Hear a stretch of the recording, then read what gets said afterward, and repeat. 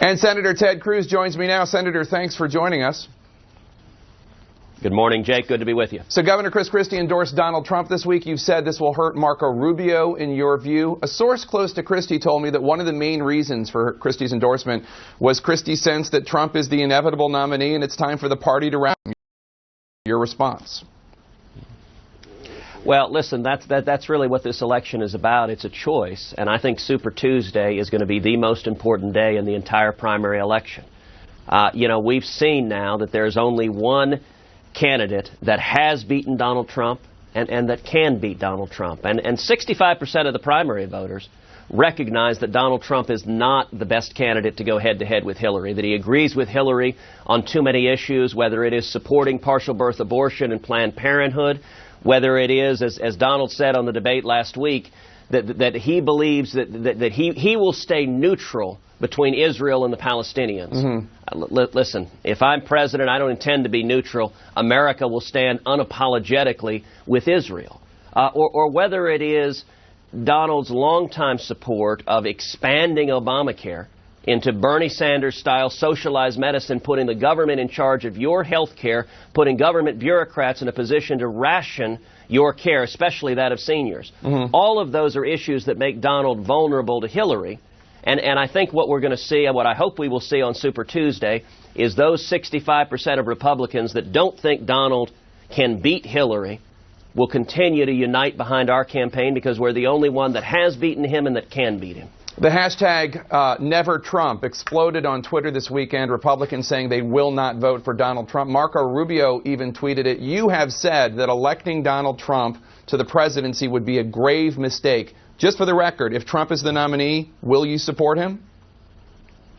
I will support the Republican nominee, period, the end. Okay. But I'll tell you this, listen, I think if we nominate Donald, Hillary probably beats him. Not only does she get to attack him on a whole host of issues where he agrees with her, but he's described Hillary Clinton as one of the best secretaries of state in history.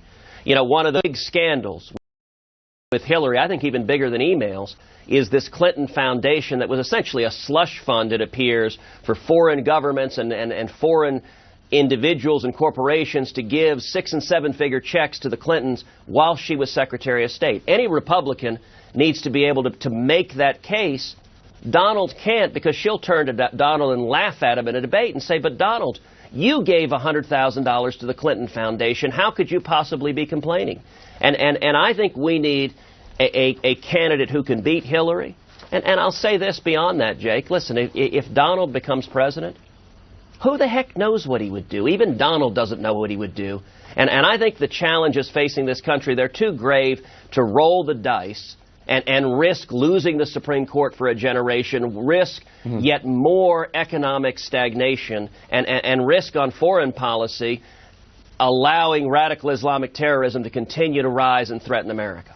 But just for the record, even though you think all of that about Donald Trump, you still would support him for the presidency if he gets the nomination? I will support the Republican nominee, but I'm working very hard, and I intend for that Republican nominee to be me. All right. Super Tuesday, just 2 days away, as you noted. You're favored to win in your home state of Texas. There are 11 states voting that day. Beyond Texas, are there any other states you think are must-wins? Listen, we are very strong in Texas, and we are running neck and neck with Donald in a number of the Super Tuesday states. It really depends on turnout. And so if you're in one of the Super Tuesday states, and you share the concerns of so many Americans that these are serious times, and Donald Trump is not the right candidate, then I ask you to come together behind our campaign. Even if you like other candidates, listen, there are good people in this race who I like and respect.